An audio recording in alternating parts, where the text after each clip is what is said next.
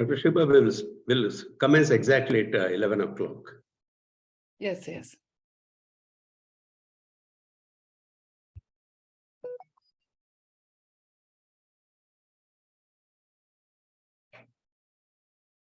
Another 3 minutes, we can commence. Yeah.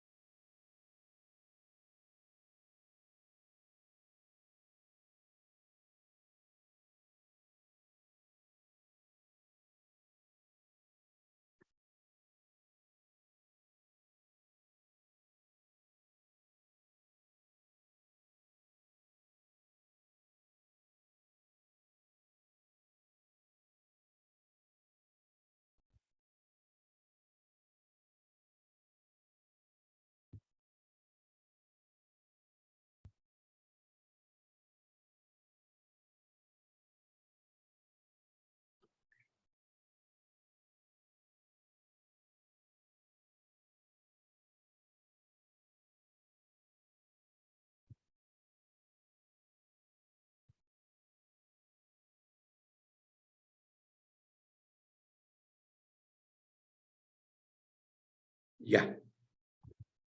Dr. Shiba? Yes, that's it. I think we Good can. morning. Yeah. Good morning, everyone. So good to have you all this morning. I would start like with a quote. I quote, "There is no force powerful than a woman determined to rise." This is a quote by W.E.B. Du Bois, and I unquote. There's another quote that I would like to start off. There's no limit to what we as women can accomplish. A warm welcome to our panelists and participants to the national webinar on Women Power, Breaking New Grounds. I would like to wish all women on the session a very happy and blessed Women's Day, and also a week. This is the Women's Day, week that we're going to celebrate, especially, and also all the men who are online this today, for empowering the women. If not, we wouldn't be what we are. Thank you so much for being here and acknowledging and being a part of this. That shows that, the value that you have for your women in this country. The key to opening some of life's most difficult doors is already in our hands. With this, I, Dr. Shiba Thomas, the anchor of the session, would like to welcome each one of you. I'm glad to be interacting with you this morning. This webinar once again has been organized by the MCM College of Management, headed by our director, Dr. Prabhudev. MCM College of Management is a flagship institution among MQI group of institutions offering a 2-year MBA program. This institution is managed by a committed group of compassionate, dedicated, and philanthropic groups, and they've received the most promising management college in Karnataka in the year 2019. MCM, under the leadership of Dr. Prabhudev, is moving ahead in a big way. We have had 2 batches of students who have passed out of the MBA program, and most of them have been placed and doing exceptionally well. At MCM, we believe in adding value to students, faculty, and staff, and all who are involved. And above all, on this day, we decided to empower women through the messages that you're going to hear this morning.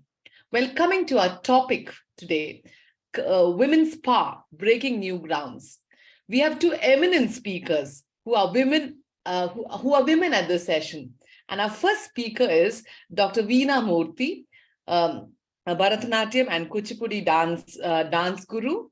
Her topic would be a profound presence of women in Indian performing arts. And our second speaker is Dr. Bhargavi VR, professor and director, PG program in commerce, Seshadripuram College. And her topic would be the need to accelerate gender equality for a sustainable future. Incidentally, Dr. Veena Murthy and Dr. Bhargavi and myself, Dr. Shiva Thomas, all of us are students of Dr. Prabhudev. He has been a great inspiration to all of us as women and has helped us to be empowered today. We'd like to thank you, sir, for that. Oh, thank you. Thank you. A few guidelines at the start. Do put your audio on mute. We will be having a Q&A towards the end of the session. Kindly reserve your questions for the Q&A. All participants will be receiving an e-certificate after you fill the feedback form in the end. And we also have the inaugural address by our director, Dr. Prabhudev, followed by our two speakers, Dr. Veena Murthy and Dr. Bhargavi VR. I'd like to take this time to introduce our director, Dr. Prabhudev, the director of MCM College of Management.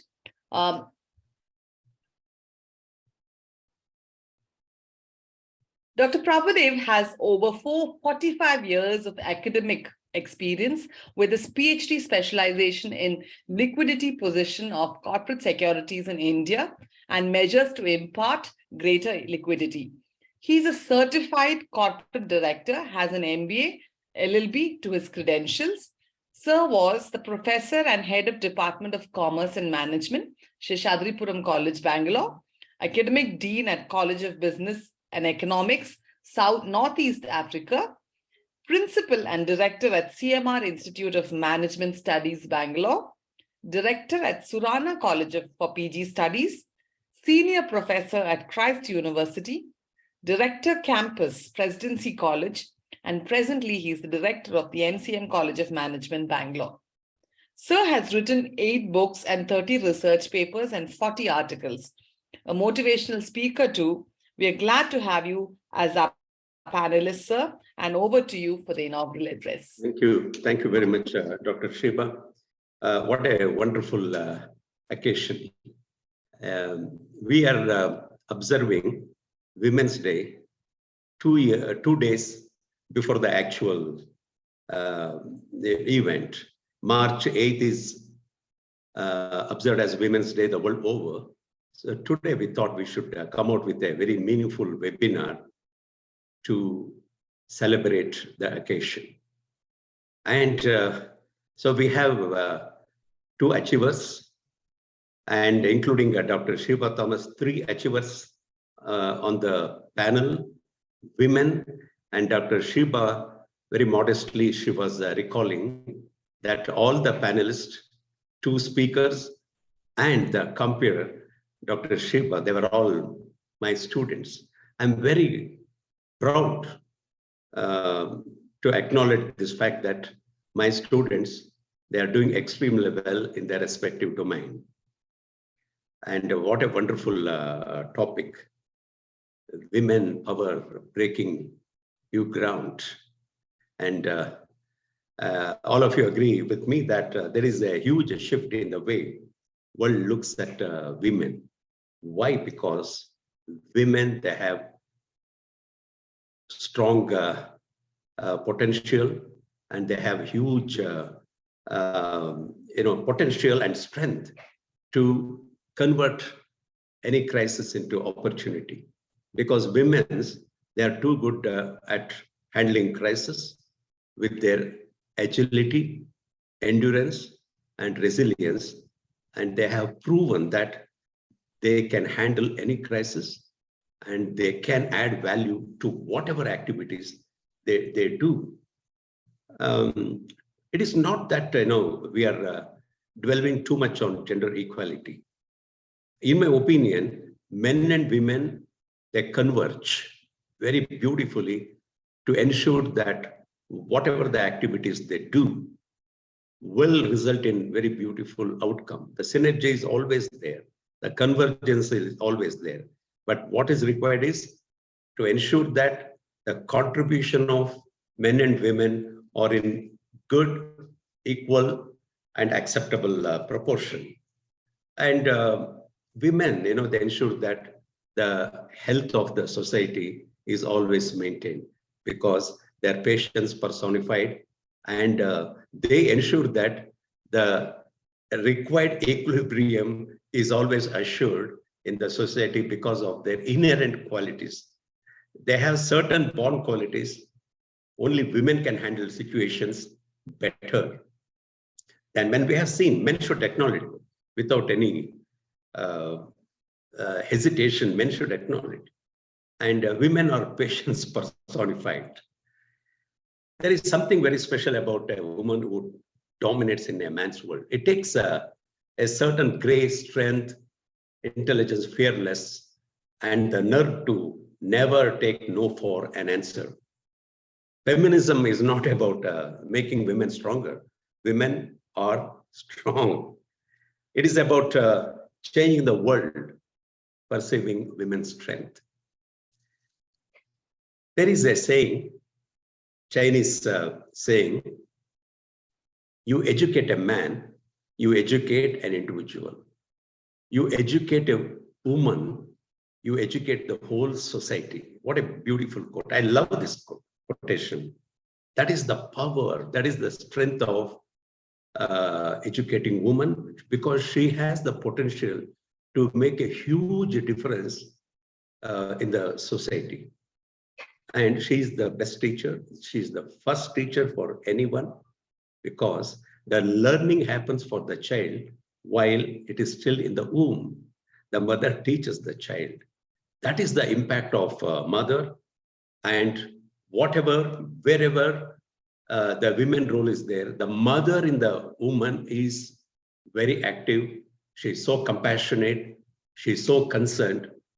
And here we should recall the contribution of women, great contribution of women, profound contribution of women in different domain, different field. The contribution of women in the India's freedom movement. How many women have sacrificed? How they have fought fearlessly. The bravery demonstrated by women is something we should celebrate, not just remember, we should celebrate. And the contribution of women in politics, science, technology, space science, sports, arts, dance, education, culture, and the role of women in business. There are so many corporate leaders. There are so many women leaders providing beautiful leadership to corporate bodies in such a manner the entire world appreciates their role. There are so many examples. I don't want to name anyone. The real beauty is, as I told you, the convergence of ideas, the ability of women to take the entire team along with them to ensure that the synergy, what is required to achieve the beautiful outcome is always assured by women, because they know how to balance. And the end result of any effort shall be good when there is equal contribution by men and women. So Dr. Shiba very beautifully said, she acknowledged the importance of men also. That is, I love this, the fact that men and women contributing equally to whatever they do, the outcome shall be very beautiful and outcome will be very good. Any vibrant, conducive, collaborative initiative needs convergence of ideas and efforts by both the genders. And this webinar, I'm sure, will bring a lot of perspectives, a lot of ideas, and for all of us to revisit our belief system in women power, And we are holding this webinar 2 days before International Women's Day, which is on March 8th, because of our calendar of events, we are having today. And the topic is beautiful, and the speakers are really achievers in their own right. Dr. Veena Murthy Vijay, the danseuse, who is a celebrity in India, the world over, because she has connoisseurs probably in every country, connoisseur of dance, who admire her talent. She has got a beautiful blend of talent and grace, so which has earned the coveted place for Dr. Veena. And she has numerous production depicting various social themes, and she has demonstrated complete and comprehensive command over the different ethos of Kuchipudi. Her strength is Kuchipudi, her domain is Kuchipudi, and she's not just a performer, she's a dance guru. How many countries her Shishyas are there? How many countries? And back in India, she has promoted the culture, dance culture, so beautifully.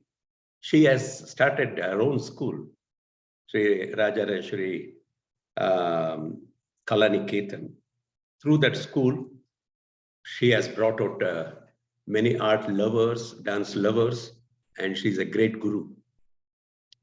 And she has got many accolades naturally, because she has been performing for more than 35 years now. And she has great recognition the world over. Presently, she is in the US. And the huge time zone difference, I think it is 11 o'clock in the night, I think past 11 o'clock in the night. And she agreed to be a part of this webinar, though there is huge time zone difference. I thank Dr. Veena for giving her consent and spending her very, very valuable time. She has gone abroad to promote art, to promote dance, and she has taken time. And Dr. Veena, thank you for your time, and thank you for accepting our invitation. And another thank you, sir. Another speaker, Dr. Bhargavi, who is a professor and who heads a postgraduate program in commerce in Seshadripuram College, the college where I served for a long time. And Dr. Bhargavi was my student. Now I feel so proud that she is educating so many youngsters, and she has proved as a great educator. I'm sure these two speakers will add different dimensions to the women power. And without much ado, I would like to also recognize the wonderful response of all the participants who registered and who are participating. And I'm sure this webinar will result in huge takeaway for all of us. And I take this opportunity to thank my management. They're very helpful, cooperative as usual. I take this opportunity also to thank my entire team here, my colleagues, my students.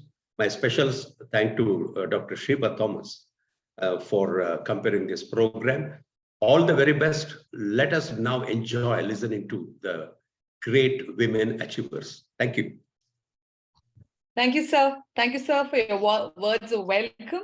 And your inspiration is, you have really inspired us as women. Yes, indeed, men and women are complementary in making a nation successful. Thank you for sharing that. It is now time to introduce our speakers this morning. And our first speaker is Dr. Veena Murthy Vijay. I'd like to give you a brief introduction about herself. Dr. Veena Murthy Vijay is committed towards the propagation of Indian dance tradition all over the world. She's presently in the US to promote the art. Veena's rare grace and dramatic talent have taken her to great heights in her chosen art from Kuchipudi. Veena's experiment in choreography resulted in numerous productions based on varied social themes, proving her comprehensive command over the ethos of Kuchipudi. In an illustrious career spanning over 3 decades, Veena has performed to packed houses in India and abroad. She has also held workshops and lecture demonstrations in various universities abroad. Dr. Veena has several titles to her credit. She has been honored with a state award, Karnataka Kalashri, by Karnataka Sangeeta Nritya Academy for the year 2009-10. Veena is the director of Sri Raja Rajeshwari Kalaniketan, Bangalore, imparting training in Bharatanatyam and Kuchipudi style of dance to her students. Samanyavar has been her brainchild, a dance company and an institution imparting training in dance for academic diplomas and degree courses, which are job ready and affiliated to the Bangalore University. Veena is one of the first dancers to present traditional Tibetan hymns to Indian dance in her production for world peace. This was presented in USA by Aarti School of Dances, sponsored by Department of Culture, Arizona, State of USA. Her productions, Agastya, Rishi, Chitrapata, Ganga Gauri, Vilasam, Chitragada, Shri, Harmony, Vasudhika, Kutumbam, and many more have been well appreciated across the globe. Most recently, Magnum Opus Opera was a grand success. She has been chosen as one of the experts in the Council of Nadar Niranjam Tirumalai Tirupati Devasthanam's TV channel. Veena has authored a book, Tirave, tracing the presence of Kuchipudi in Karnataka, awarded with the honorary doctorate for restructuring of 20 new Adavu patterns, footsteps in Kuchipudi based on Karnataka Yakshagana from Sri Ramanuja Vaibhava is the most recent magnum opus production, which has received wide appreciation for this authentic production value. Veena is a member for Vision Group for Higher Education, Government of India, member of the Syndicate, Karnataka State Hangal Music and Dance Performing Arts University, director for the Cultural Committee, Foreign Investors Council India, nominated as the Governing Council member, Kalakshetra Foundation, Chennai. She's been recently nominated as the Governing Council member of Kalakshetra Foundation, Chennai, by the Ministry of Culture, Government of India. As I said, she's presently in the United States to promote art. Thank you, ma'am, for your time and in the midst of all that you do, taking time to share your story with us. Over to you, ma'am, to us. Thank you. Thank you, Shiba. Thank you so much. Namaskaram to all of you. Given the fact that Indian performances are broad and varied in number and style, such studies like the women's contribution to performing arts only majorly address the place and contribution of women in Indian performances. Critical work generating a more comprehensive view on women and Indian performances and mapping a broader territory in this relation is indeed necessary. Indeed, today's webinar is most needed, and I'm truly thankful to my mentor, Dr. Prabhudev and MCM College of Management for giving me this wonderful opportunity to present my thoughts in this national webinar, Women Power Breaking New Grounds. Although the title says Breaking New Grounds, I wish to go back and forth in the annals of time to observe and be aware of our roots, to find roots to the new grounds. Research in Indian performance scenes are relatively limited. Although critical works produced by scholars such as Uttara Asha Kurlawala, Anita Singh, Bishnupriya Dutt, Prarthana Puryakasta, Urmimala Sarkar, Avanti Meduri, and many more dance exponents and musicians are there, they have made significant contributions in this context.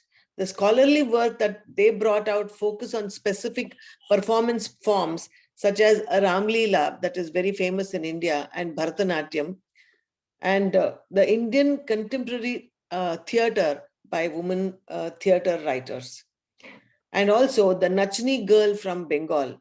These are a few research papers that have been presented on women emancipation by the women performing artists. There's a need to look at many more aspects of contribution by women in the field of performing arts, like folk art, traditions of Indian festivals, and music that speaks of birth, progeny, social norms and values and death and daily life. These are created by homemakers of rural India and also by the most sophisticated classical musicians like M.S. Subbulakshmi and others who have added great value to the cultural ethos of India. Nevertheless, I shall today trace a few points based on Indian women and their presentation and presence in the performance scene of India. In a society that worships love, freedom, and beauty, dance and music is sacred. It's a prayer for the future, a remembrance of the past, and a joyful exclamation of thanks for the present. By Amila Atwater Rhodes. India is a land of diverse cultures and traditions, and the performing arts have been an integral part of our country's rich cultural heritage. Right from its folk stage to the proscenium stage today, India has walked a long way from the temple art to the auditoriums. Over the years, many Indian women have made profound contribution to the performing arts, both before and after independence. In this presentation, I would like to highlight some of the most significant contributions by Indian women to the performing arts. Dance, music, and art have been an integral part, as I said, of Indian culture for thousands of years, and pre-independent India was no exception. India has a rich cultural heritage, and dance and art were one of the most important expressions of the heritage. One of the most popular forms of dance in pre-independent India was Bharatanatyam, which originated in the temples of Tamil Nadu. In Andhra, this was prevalent as Kuchipudi form, which was essentially a dance drama form by the men, and the women were doing it as Kalavantulu or Devadasis, who were completely devoted to the temples and the ritualistic form of dance. Other popular forms of dance was Kathak. The Kathakars would go from village to village in northern India, trying to narrate stories and uplift the society with moral values. And Manipuri, which was in the northeast, Odissi in the northeast. These dances often were in the temples, as I said, and they were performed for the religious festivals, weddings, and other important cultural aspects of life. Back then, during the times of temple, the Devadasi system was a religious practice that was prevalent in India for centuries. This was the very origin of where dance was existing as a ritualistic form, as a form of worship, particularly in the southern parts of India. They were called as Devadasis, the servant of the gods or the slaves of the gods. And they were all women who were dedicated to serving the deity or the temple god, and their duties included performing the dance, music, and other rituals. We have to mention here that Devadasis were the most profound scholars of those times. The women who were chosen as Devadasis in families, they were very well trained, educated in Vedas, grammar, literature, and many aspects of arts. Over time, the Devadasi system evolved, and young girls from low caste families were often forced into becoming Devadasis, that is when slowly this became a little negative in nature for the community. They were then expected to serve as courtesans for the upper caste men, in the community, which was not a part of the original practice at all. Slowly, it delineated to becoming courtesans, and the Rajanartaki style of dance was there, wherein courtesans would dance for the kings and the kingsmen as an entertainment during the court. Devadasis were a significant part of Indian society in pre-independence era. These courtesans were women who were trained in various performing arts such as singing, dancing, poetry, and they would perform for the nobility and wealthy patrons. They enjoyed high status in society and were often patronized by royalty and wealthy patrons.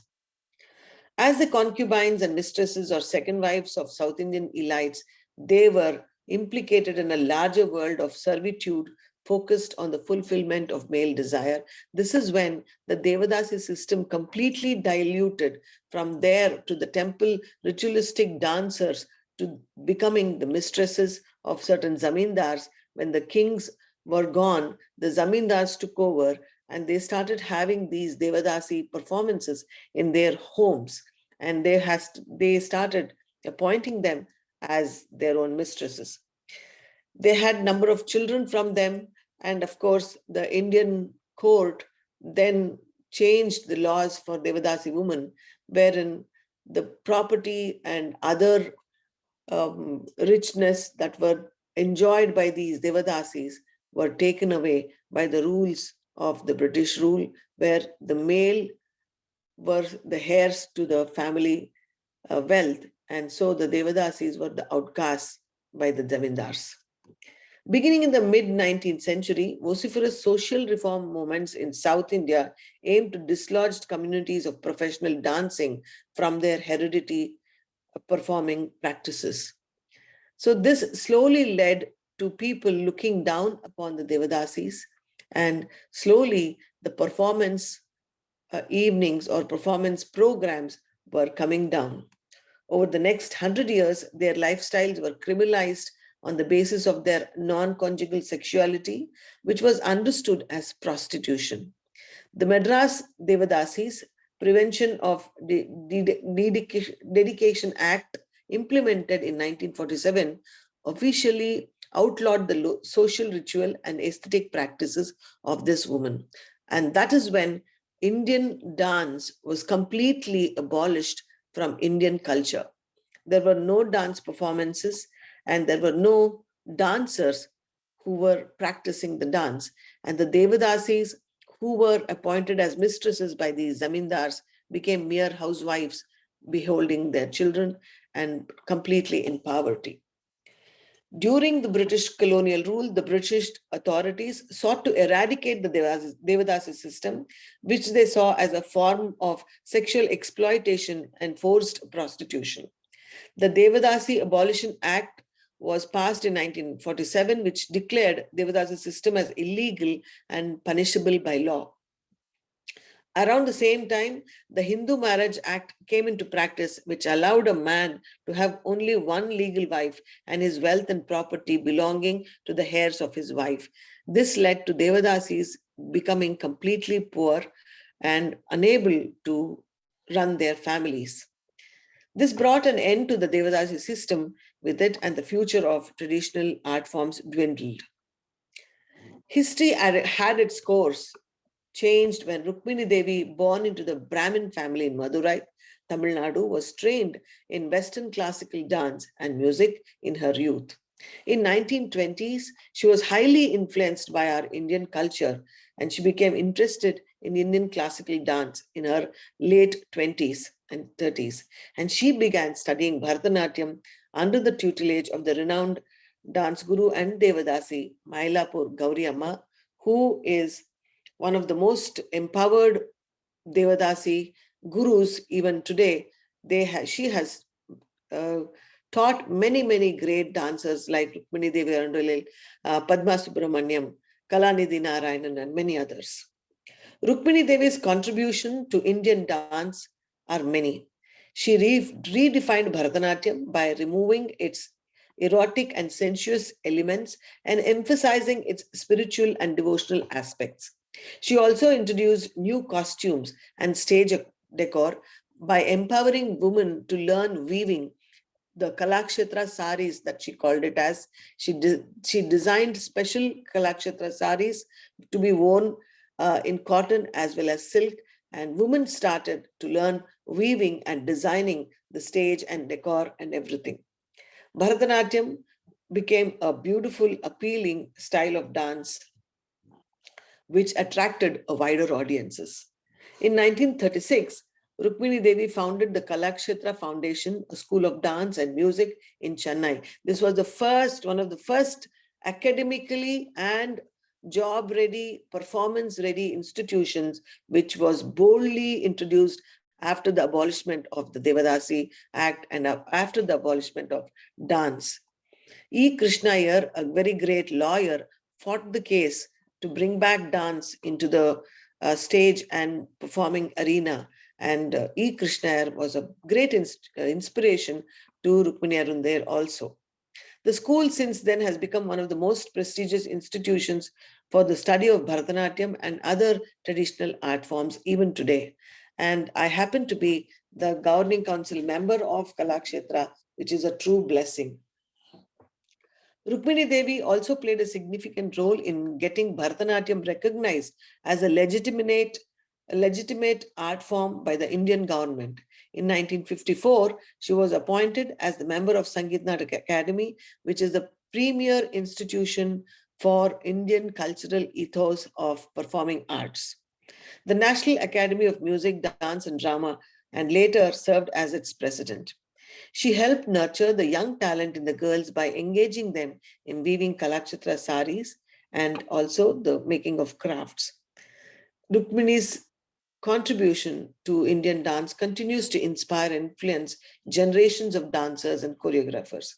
Even today, there are more than 10,000 dancers across the world who follow this Kalakshetra style of dancing. In another part of the country, that is the northeast part, Odissi was gaining prominence. Young girls were initiated into temple service around the age of 8 or 9, and they were either dedicated by their families as an expression of devotion or gratitude, and they adapted old Maharis as their daughters. Mahari dance is nearly 1,000 years old dance and has been an integral part of the daily ritual at the Jagannath temple, Puri, since the time of Ganga rulers of Utkala. In the 12th century, King Chodaganga Deva gave the dance a legal status, establishing new localities for the Maharis to stay and introducing a new ceremony for the deity. Maharis are respected cultural figures who enjoyed religious and royal patronage and were the historical creators of classical dance of Odisha. One dancer who is credited to take Odissi dance to greater heights, just like Rukmini Arundel back in Chennai, is Sanjukta Panigrahi. Born in Baharampur, Odisha, Sanjukta began training at the tender age of 4. And at 9 years, she won the first prize in International Children's Festival. At the age of 9, she left for Kalakshetra in Chennai to be tutored under Rukmini Arundel. See, all these women were inspired by Rukmini Arundel to take up dance boldly as their life's passion and also their identity. She is considered the greatest disciple of Odissi, Maestro Sri Kelucharan Mahapatra, and had performed with him in numerous occasions. She is indeed awarded with Padma Shri and Sangeet Natak Academy Award in 75 and 76. Sanjukta Panigrahi, with never-ending effort, uplifted Odissi to new heights, where male dancers were dancing in Odisha. She brought in the popular woman form of Odissi classical, and she accomplished this at a time when dancing was never a career for women, and this was discouraged. This Kelucharan Mahapatra, who is her guru, was mostly deeply saddened when his favorite disciple, she passed away in 1999, and her husband, Raghunath Panigrahi, a great inspiration and a great singer, also passed away after some years. Now, let us see some of the women who have contributed to the performing arts in pre-independent India. For us, today, when we see modern Indian dancers, they all have the strong roots which have been given by all these scholarly women who have fought many social norms to make dance and music stay and sustain our culture and heritage. Jetti Tayamma, with glorious 75 years of dancing career, the intimidable stalwart of Mysore style of Bharatanatyam played a pivotal role in enlightening us with Mysore Bharatanatyam Shaili. She was one of the earliest Devadasis who saw the 20th century, and she imparted that boldness into the society, calling out to young girls to learn from her. Next one is K. Venkatalakshmamma. She was a Devadasi, and in her prime years, she taught to many dancers in Mysore and Bangalore. She was the first dancer to bring Mysore style into the proscenium stage today. Her premier disciple is Dr. Lalita Srinivasan, who is a Sangeet Natak Academy awardee. And I am also the proud disciple of Dr. K. Venkatalakshmamma, wherein I have learned the entire margam of Mysore style of Bharatanatyam. D.K. Pattamal emerged from the strict patriarchal environment of Brahmin families and went on to become a great musician. D.K. Pattamal is considered the greatest doyen of Carnatic classical music. We can just play a small snippet of Venkatalakshmamma's interview and her experience of learning in pre-independent era. Can we have the video, please?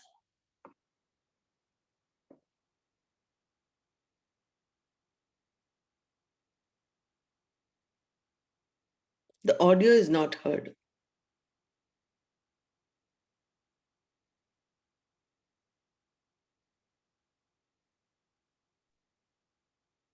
Professor Samath, can you take care of the audio, please?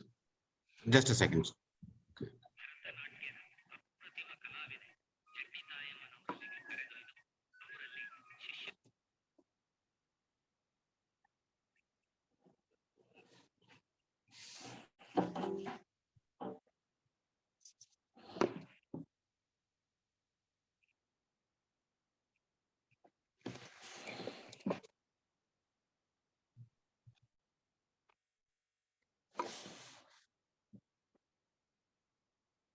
Can you hear?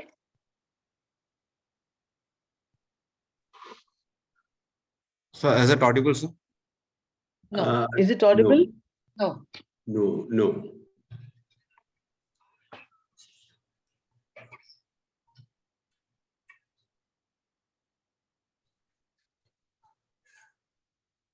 Sir, Not audible. can I play from my laptop? Yeah, you can. Dr. Veena, you can.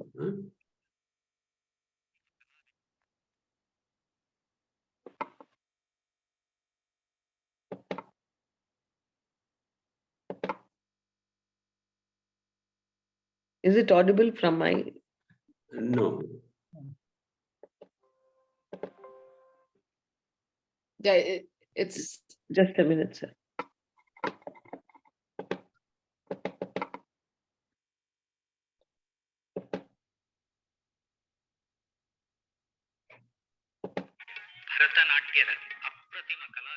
Can you hear? Yes, it is audible.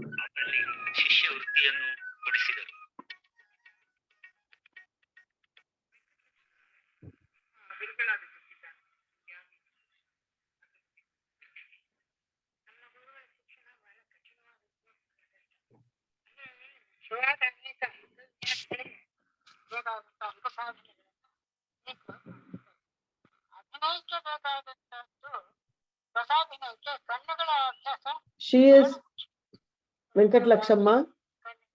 the last Devadasi of Mysore royalty.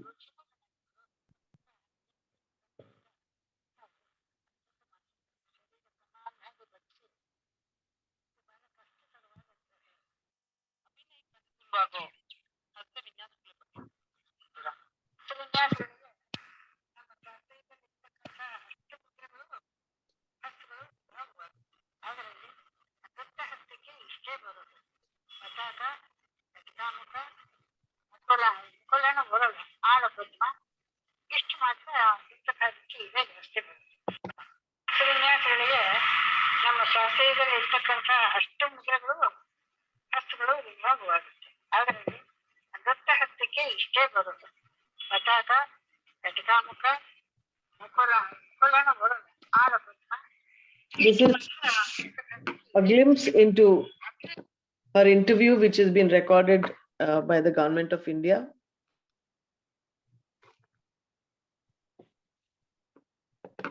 We have Rukmini Arundale, a legendary dancer and choreographer who revived the ancient Indian dance form.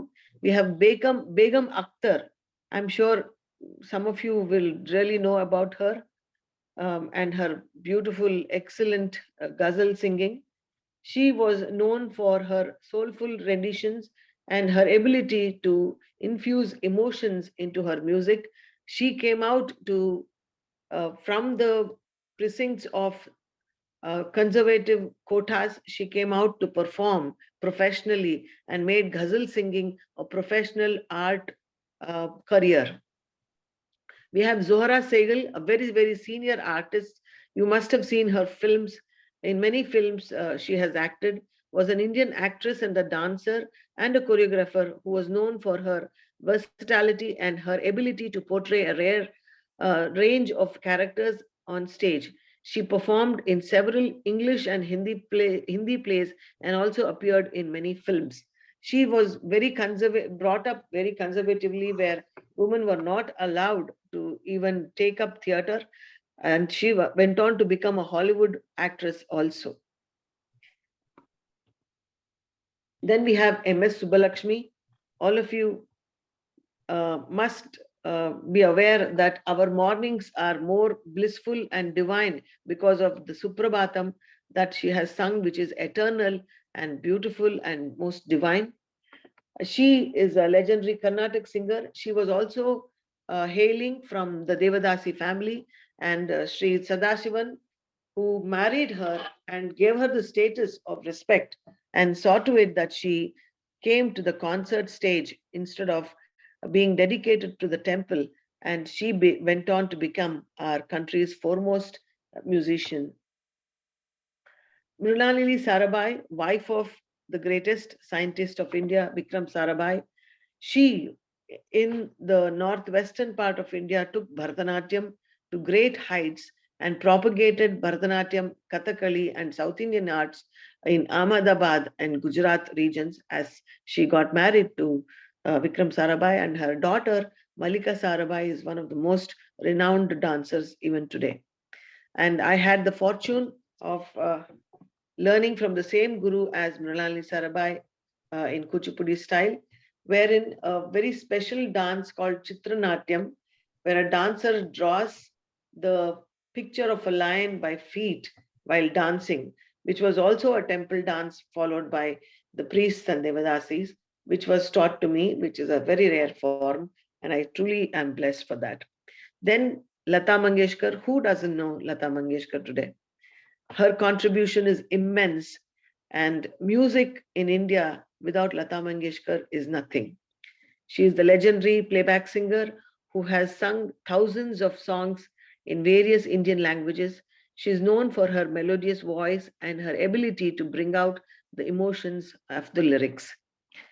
These are all the women who gave us the roots to generate music as a vocation, as a profession, and as a passion for life, to find our own identities.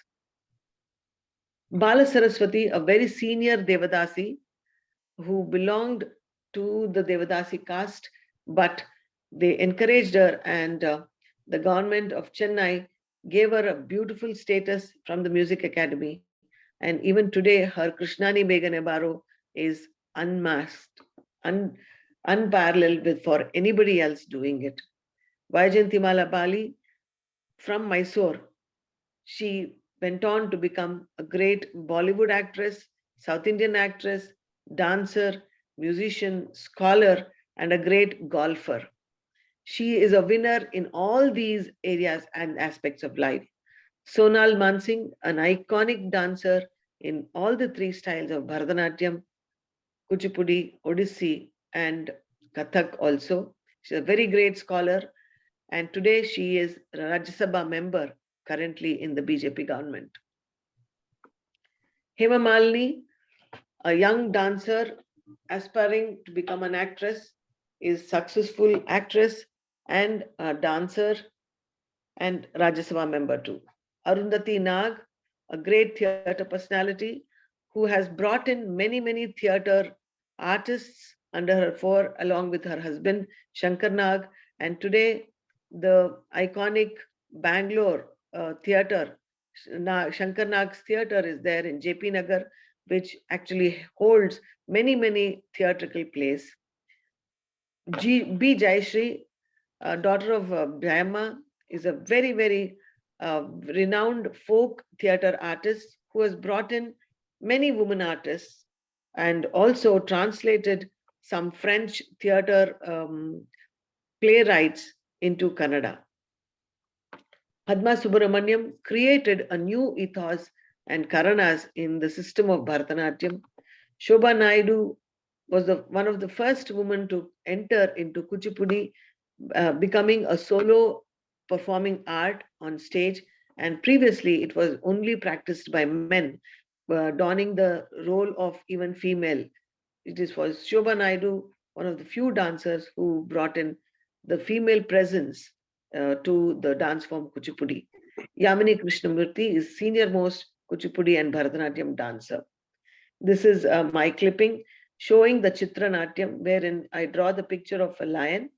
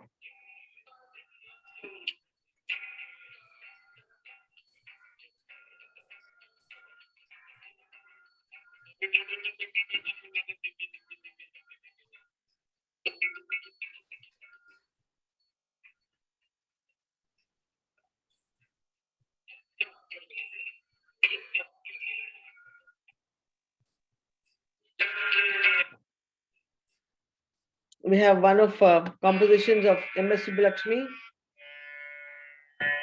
Can we play that, please? The next slide.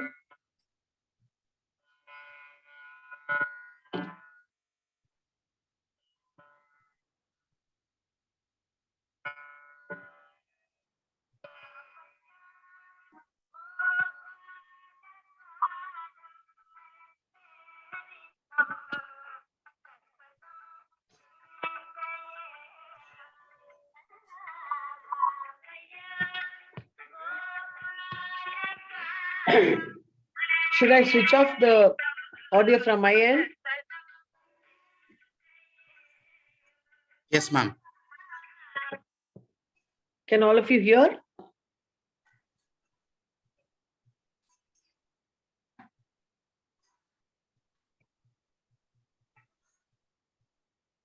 No audio. No, it is not audible.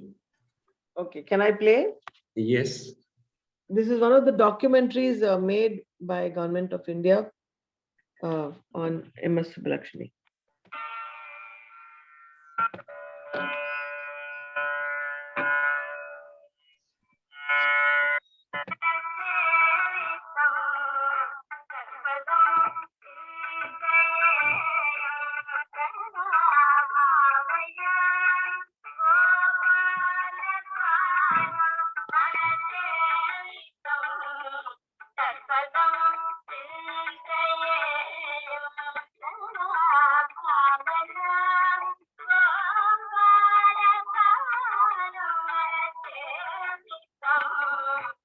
She has tuned many Annamacharya Krutis, which were locked inside the chambers of Tirumala Tirupati Devasthanams. She has tuned them and they have become immortal melodies today. We have Mrinalini Sarabhai, wife of Vikram Sarabhai. Mother of a son and daughter, grandmother as well. In her own right, she's one of the great classical dancers.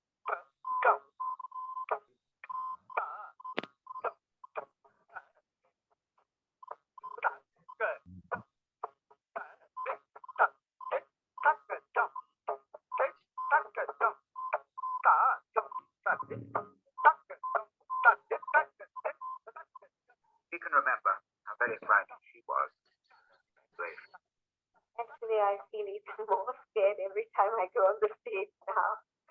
So I can't say that I'm really going through a terrible amount of tension and emotion. So every time it's an avant-garde trip for me.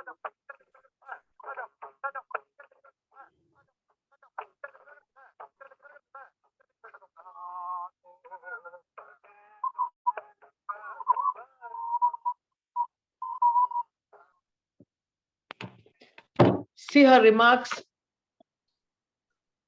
She is so humble in spite of being a master of the art. She says every time she goes on stage, it's something very new. We then have Vaijayanti Mala. This must be her 75th year when she is doing this dance. She must have been 75 or 78.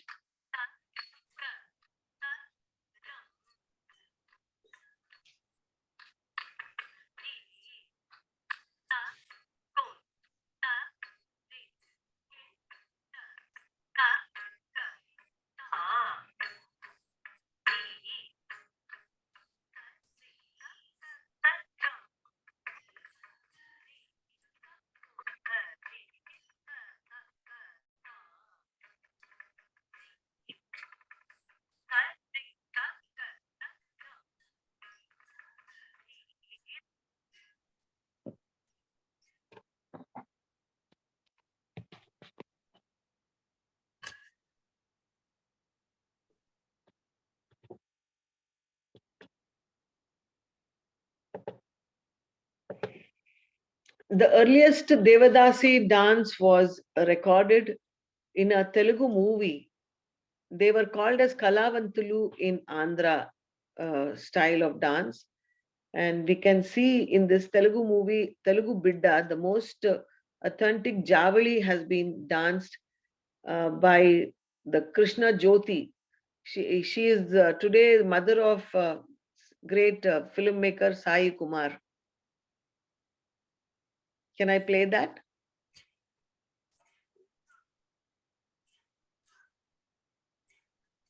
You can see the traditional stage, how it was earlier. There was a musician on the side standing and a drummer actually hanging the drum on his neck. And this was how earlier it was performed. Today we see there is a stage for the musicians on the side and the dancer is in the front of the stage. But earlier, this was how it was presented. The dancers and the musicians were together, and the Baitak, you can see all the men are there watching these Devadasis dance. All the zamindars used to have these evenings in their homes when once the kings stopped patronizing these Devadasis. they would entertain all the men who came to Zamindar's house in their houses with dance and music.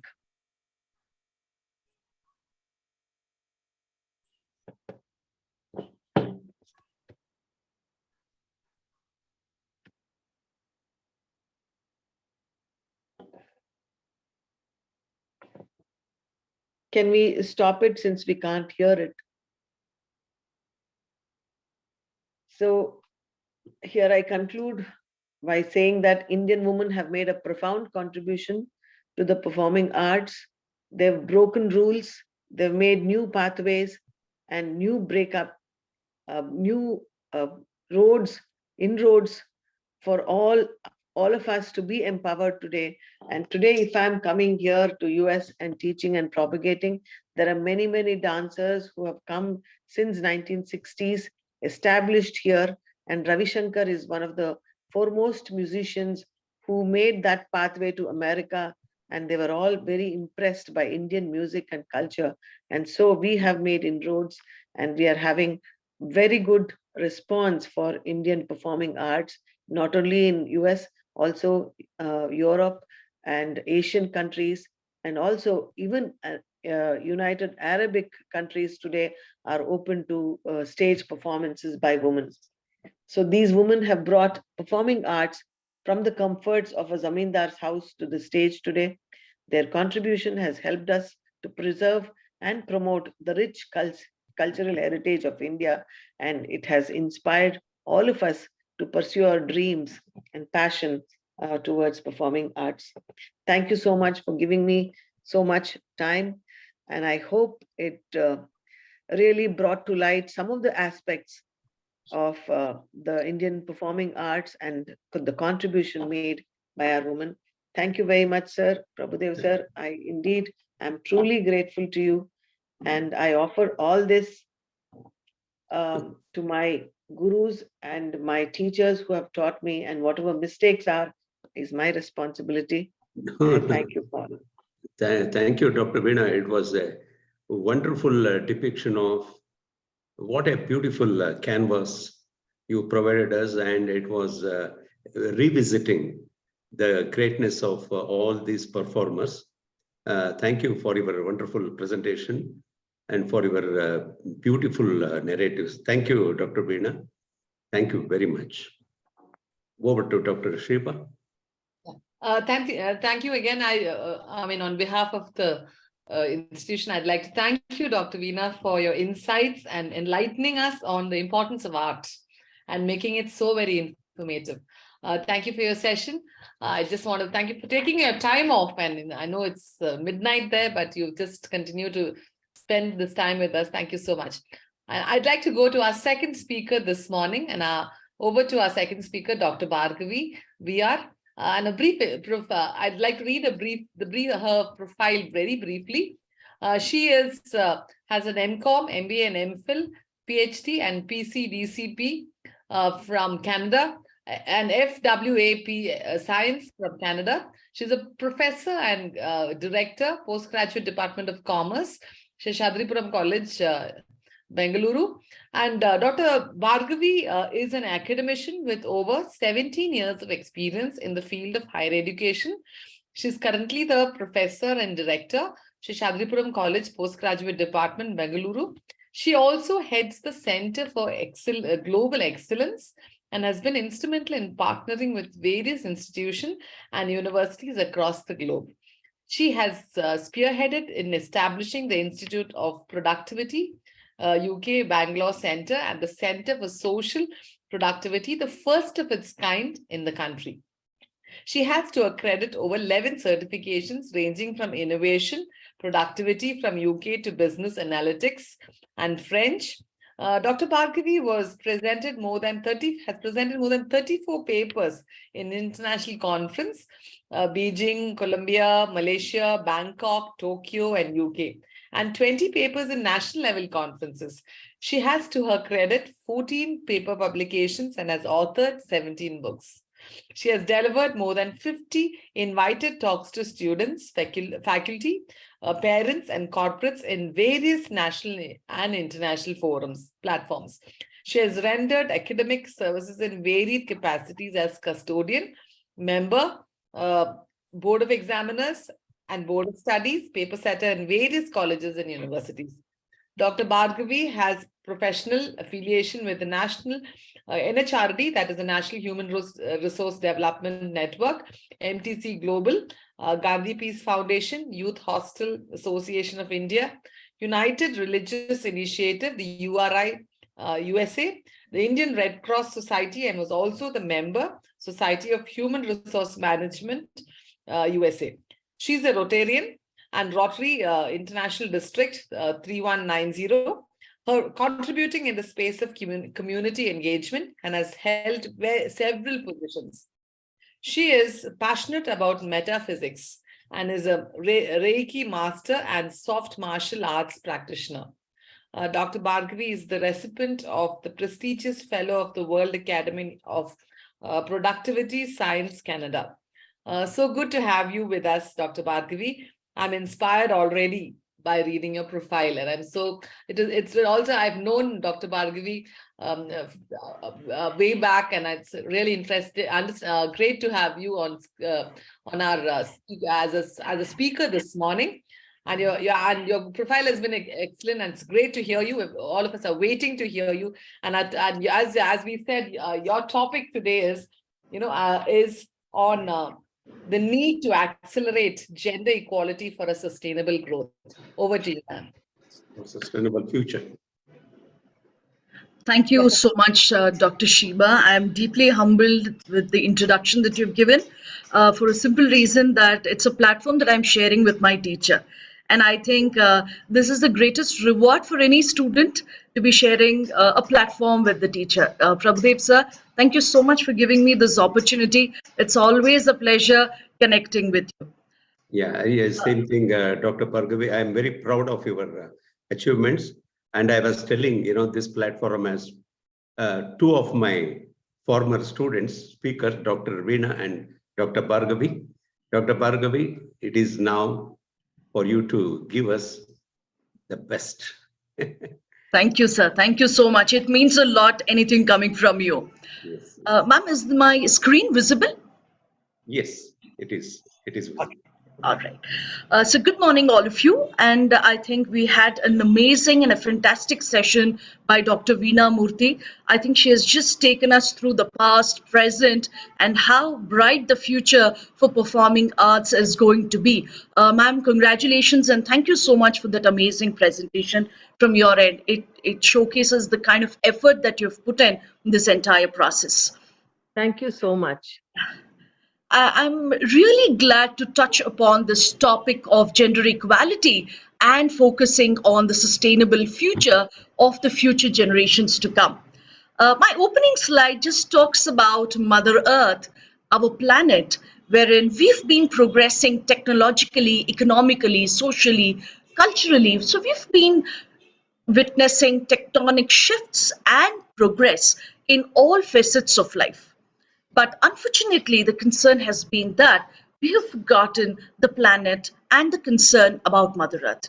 So it's a beautiful quote given by David, which says, humanity is on the march, Earth itself is left behind.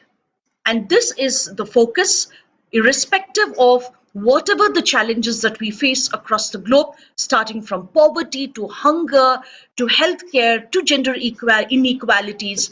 The main focus should always be on the planet because all these factors ultimately contribute to how we live together as citizens of the entire universe and not just the Mother Earth. So here we are to discuss about the need to accelerate the gender equality for a sustainable future. It's been very evident since 2015 when the United Nations came up with the Sustainable Development Goals. Out of the 17 goals which were defined by the United Nations, they considered the pressing problems of the entire globe and tried to give the entire humanity a roadmap in preparing themselves so that they can create a better future for the generations to come. And there was these 17 global goals or the sustainable development goals which were defined. So starting from climate change to action, to gender equalities, to no poverty, no hunger, partnerships, a number of goals were identified by the United Nations. The ultimate objective of the UN SDGs was to provide a highly good quality of life to people belonging to this planet so that there is no suffering and there's absolute inclusivity, there is access to all the basic human requirements, and all of us can live together peacefully and with prosperity. And among these 17 Sustainable Development Goals, a major focus is on gender equality. That is goal number 5. Now, whenever we talk about gender equality, different people give different definitions. Some people talk just about the male and the female gender. And of course, the entire world has moved towards a different direction. We also talk about the LGBTQ community as well, because sexual orientation is an absolute choice that has to be made by a human being.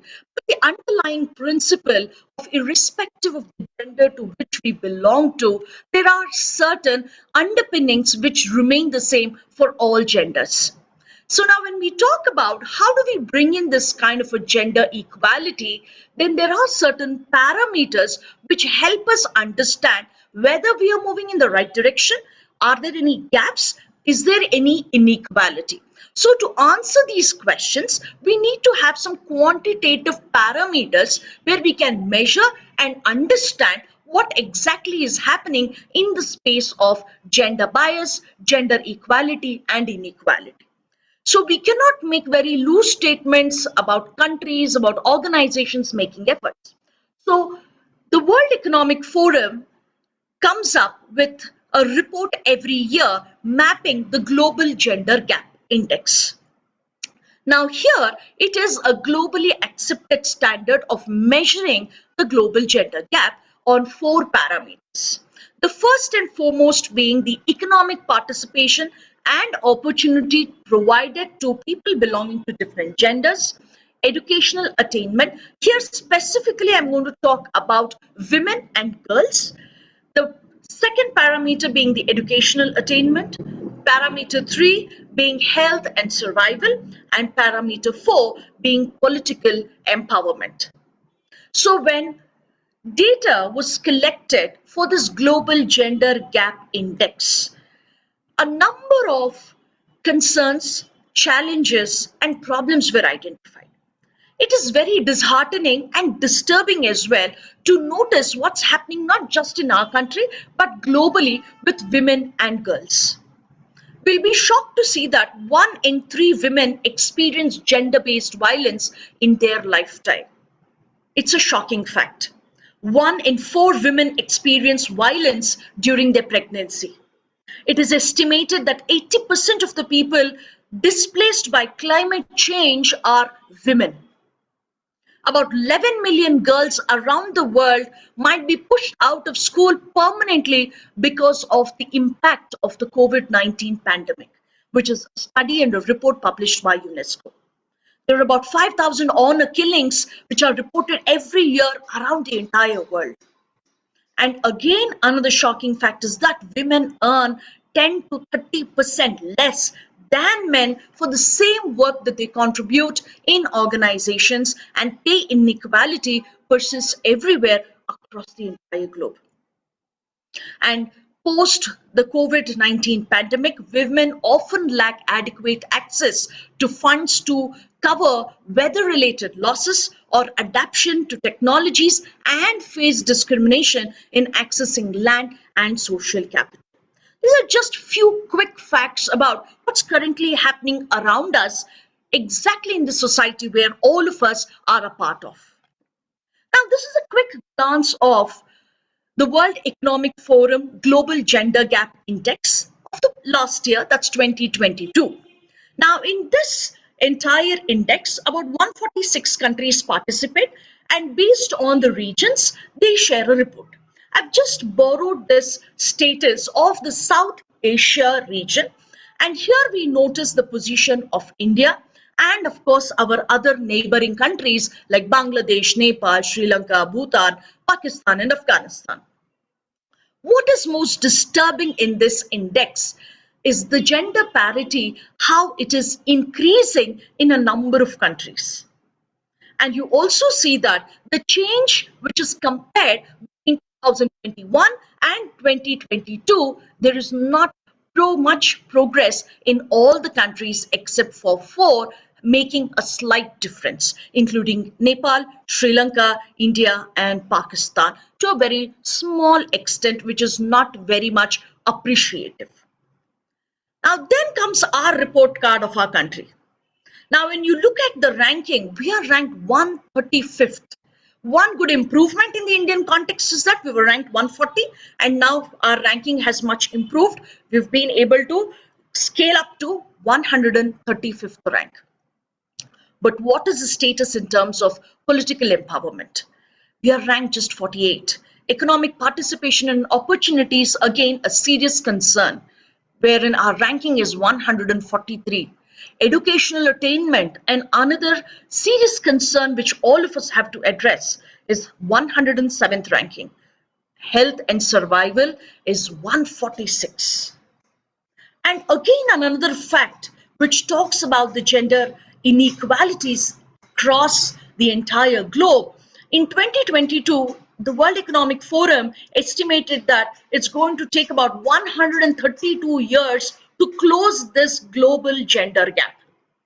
In fact, there was some positive ray of hope in the year 2020 when the same forum said that we would be taking about 99.5 years so that we should be able to close the gender gap. Very recently, I was reading a report which says, I think 132 years would be a dream, and we might need about 300 years to achieve this gender equity and equality. Now, that is a disturbing fact. But amidst all disturbance, amidst all these concerns and challenges, human life always comes with hope, faith, and trust. And accepted that there are a lot of negative reports, negative remarks that come in. But somewhere, I think the first step of change has to happen. And it's you and me who has to take the first step. There are a number of action goals which can be taken in order to overcome this gender gap and build a global gender equality. Now, the first and the foremost thing, as per my understanding goes, this is a personal approach that I have developed for myself when you talk about gender equality. I don't want to talk as a feminist supporting only the women, but I'm trying to look at society as a platform which has the presence of people belonging to all genders, and how we create a healthy, tolerant, and a harmonious society is the priority that all of us have to work on. Then what do we do? Now, of course, there's problem. Of course, there is gender gap. There's gender inequalities. But the main question is, what do we do? How do we overcome this situation? So there are 5 pointers that I've always seriously believed and trying to implement it to a small extent at my institutional level. The first and foremost thing to be done is to do a gender gap audit. A gender audit will always help us understand whether there is a gap, and if so, what are the reasons and what are the areas. And this gap audit and analysis will always help us draft an action plan which gives us a roadmap about what actions we are supposed to take so that the institution and the society will start moving in the right direction, trying to bridge this gap. And point number 3 is a stakeholder approach. Me, myself, and I will not work when we're talking about filling up of these gender gaps. It is the role of each and every stakeholder who is part of the society. It could be government offices, it could be public sector unit, private organizations, banks, different industries, educational institutions. It could be homemakers for that matter. How we bring in this entire stakeholder approach in trying to resolve this issue. Point number 4, it's transition from micro to macro. Let's not wait for legislations. Let's not wait for policy documents. Let's not wait for the government to come and tell us, look, this is what you're supposed to do. I've always believed the change which we expect in the society, in the government, it should always start with us. It's as simple as segregating garbage at home. Instead of talking about calling Bangalore not as a garden city but as a garbage city, we always make a comment, but we do not make an attempt to segregate dry and wet waste at our own homes. So it means the change should start from us as an individual. I call that as micro sustainability, where you as an individual start making an attempt to bring in this change across all parameters. The minute as an individual I start internalizing these things as my way of life, the next step is that the entire institution will start following it. So it's always a journey from internalizing to institutionalizing. It's a movement from transition from micro to a macro perspective. Now, in this entire perspective and action plan, there are some very important aspects to be considered. We need to focus on the gender-based violence that's happening, the economic justice and rights that we have to give to women and girls, the bodily autonomy and sexual and reproductive health and rights, action for climate justice, technology and innovation for gender equality, and of course, a lot of movements are required from each and every one of us wherever we are. I don't think all initiatives have to be done at the global level. If I take care of my family, my community, my organization, I think that would be a phenomenal contribution for the first step of change. And of course, breaking the glass ceiling is the need of the hour. Bringing in women to leadership roles, not just in organizations, but across all industries. Women have to be given an opportunity to move up the ladder, and they have to be considered to be in the pipeline. Now, if I have 9 pointers which talks about what is the way forward to fix this gender gap, what should be our action plan, what actions have to be taken by all of us as individuals as well as a community. Now, there comes target 1, end discrimination against women and girls. And whenever I'm talking about ending of this discrimination, it starts from childhood. It also covers the adolescence as well as the adulthood of women. So across the entire journey, these different genders need support, hand-holding, and mentoring. And why am I saying women and other genders? Because I'm also considering the LGBTQ community who also need that mentoring and support. We need to end all forms of discrimination against women and girls everywhere. Even being a silent spectator of it, I believe creates karma for us, because it's an event which expects action from all of us. Then comes target 2, end all violence against and exploitation of women and girls. It's very disturbing to see that there's a lot of violence and exploitation that's happening towards women and girls across the globe. We have to bring in this remedy to not just the public space, but also the private space, including trying to keep an eye and watch on trafficking, sexual and other types of exploitation. A number of times we become a witness, but we fear the legal actions. We fear the kind of response that might come in from people living in the society. But if each and every one of us own this responsibility, I'm sure we can put an end to this exploitation. Then comes target number 3, eliminate forced marriages. It could be child marriage, early marriage, or it can be a forced marriage.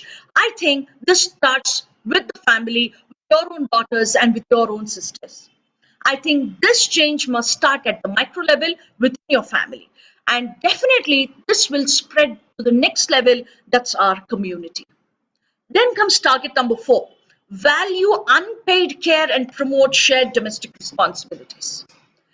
Unfortunately, it's believed that it's the woman who has the accountability of cooking and managing all the household activities. It is time that we start sharing responsibilities within the family members, make them understand how difficult it would be for a woman to manage all aspects of the family. And I think here, I think the men should take the first step and say that there's nothing wrong when you are sweeping, I am swabbing, when you're washing clothes, I'm trying to wash the vessels at home. I think again, that's the reason I said it should be a micro level approach. Start the change with your micro sustainability and you be the change maker. Target number 5, ensure full participation in leadership and decision making. I think this freedom and autonomy of decision making starts at home again. It could be any kind of a decision. It could be borrowing a housing loan or construction of a house. It can be any decision that is taken. I think the house, the family, it can become a home, it can become a happy family only when there is adequate scope given for a dialogue and not just a monologue at home. So a house has to become a home, a family has to become a happy family only when there is participation, when there is collaboration in the family, and there's a voice given to girls and women in the family. Target number 6, universal access to reproductive health and rights. Again, another fact which all of us agree that there is too much of pressure, there's a social taboo on the choice that a woman makes. Generally, women are not given that freedom when it comes to their reproductive health and choices to be made. I think we have to come out of these silos and respect the decisions made by women.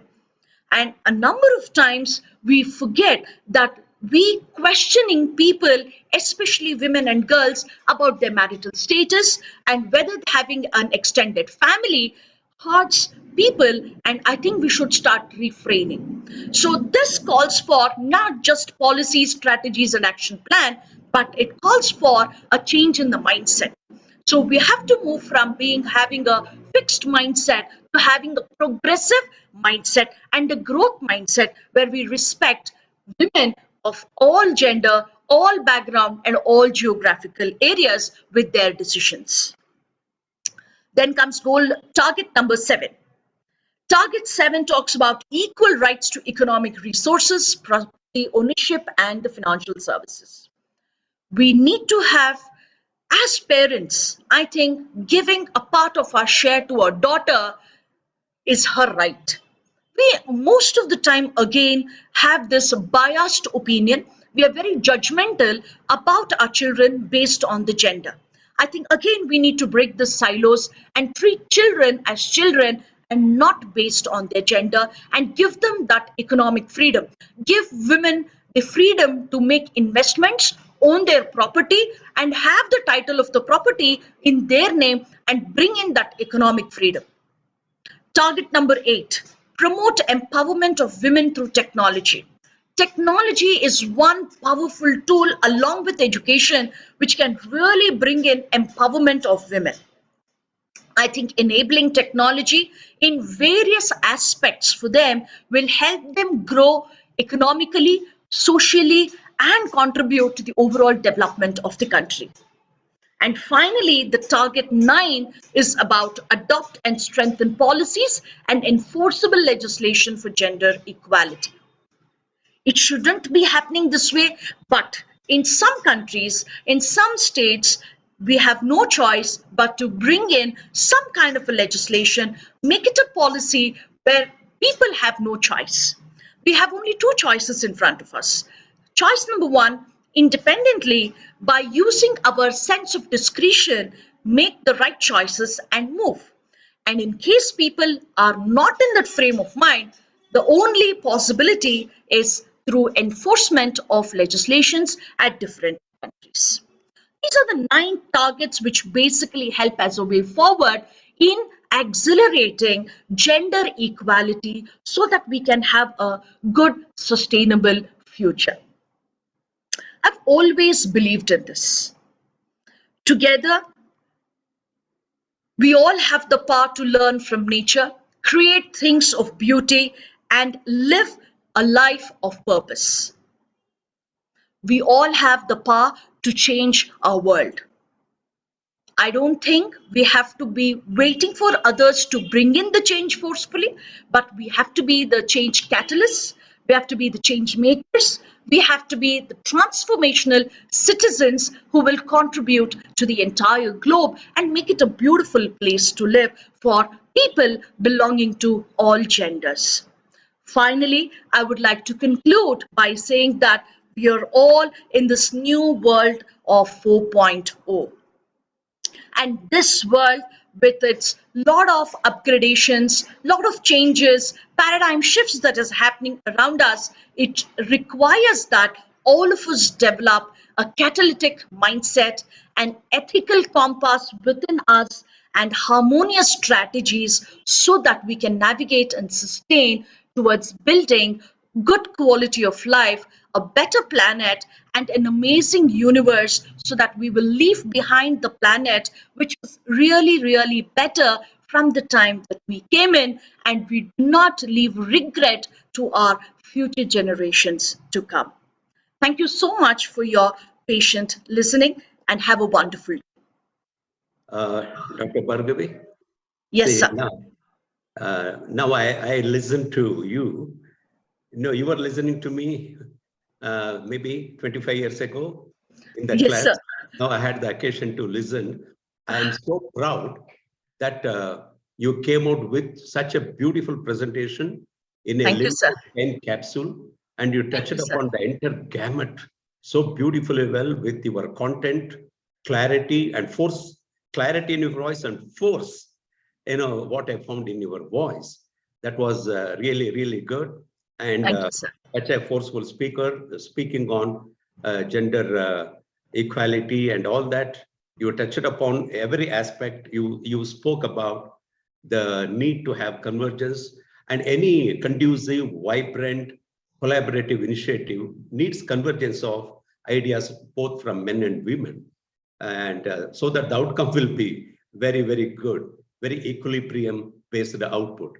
You touched upon every aspect, the 6 action coalitions, that was very good. You touched upon the need to break the glass ceiling, and you also touched upon very effectively the action plan to ensure sustainable future and the way forward, when you gave us a beautiful account of the 9 target points. Thank you, Dr. Bhargavi, for your wonderful presentation. I consider today it is a very important day in my academic life, having 2 great achievers, to take a pride in recognizing the fact that, they were my students. What a nice feeling. It's a gratifying feeling for a teacher to listen to 2 great achievers who were once my student. Thank you, Dr. Bhargavi. Thank For you, sir. Thank you so much. wonderful articulation. Thank you. Now over to Dr. Shiba. Thank you, Dr. Bhargavi. As Sir already summarized what you said, it was really interesting, and it was very informative and action-based session. Thank you for challenging us to take action and not be passive listeners. Thank you, to ma'am. have a good, sustainable future. Thank you so much, and we're really honored. And may you continue to get into more areas, and make it more challenging for the students, especially as you lead and direct the place where you are. Okay, Thank you, now ma'am. thank you so much. We have just a few more minutes. The virtual floor is open for questions. If any of you have questions, kindly unmute, introduce yourself. You can ask the question. We may have this time for just 1 or 2 questions, or you can put your question on the chat. I also request all participants to, if you have something, just raise your hand. Professor Samarth would unmute you, and you could speak. Okay, and I just want to also let you know that the queue, now we're going to have, if you can, once you fill up the feedback form is when you will be getting your e-certificates. So kindly fill up the feedback forms before the end of the session. Over to you. Anybody with any questions, or the floor is open for questions. Dr. Jalaj Shetty, sir, I have unmuted you. Kindly, you can raise your question.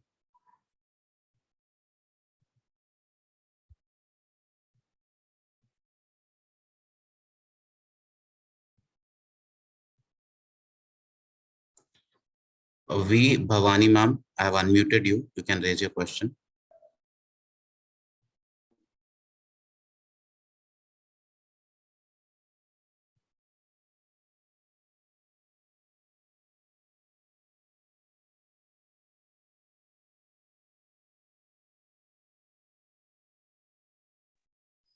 Shiva ma'am, I don't think so there are any questions. I think so the Yeah. explanation. Yes, ma'am. Thank you. Thank you so much. And I'm sure you all enjoyed, and there's a lot of work that we have challenging us on this beautiful day of this beautiful week of Women's Day. I just wanted to thank each one of you. As we said, e-certificates will be issued upon completion of your feedback form, and it will be shared as it was shared in the chat box. You could please give your feedback.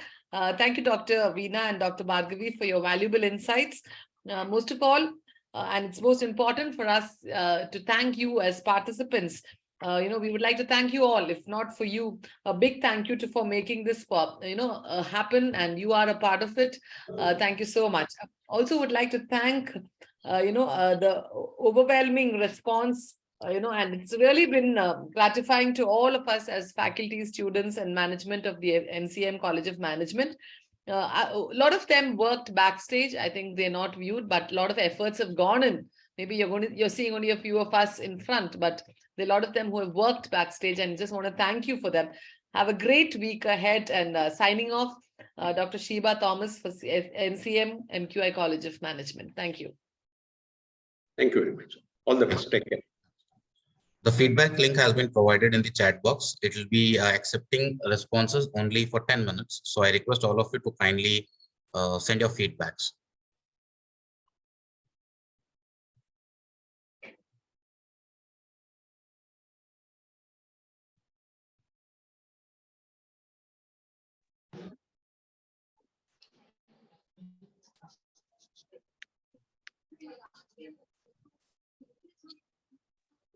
Sir, with your permission, can I end the meeting, sir? Yes. Yeah, you can. Okay. Thank you very much. All the participants, all of you, thank you very much. Thank you. Take care. Take care.